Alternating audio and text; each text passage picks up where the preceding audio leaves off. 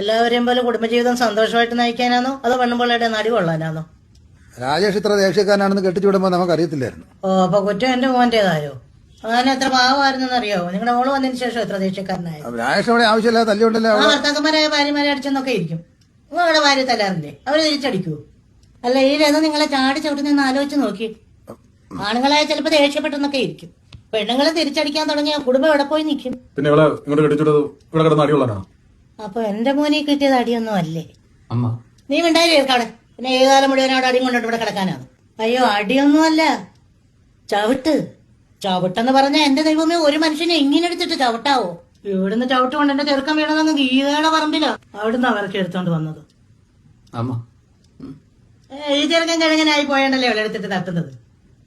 വേറെ വല്ലതാണ് ഇതൊക്കെ നടക്കൂ. അവിടെ തർക്കുത്തല മരത്തിൽ കേട്ടല്ലോ. അല്ലേമ്മ, എനിക്കൊരു 30 സെക്കൻഡ് ഞാൻ അവരോട് സംസാരിച്ചോട്ടെ.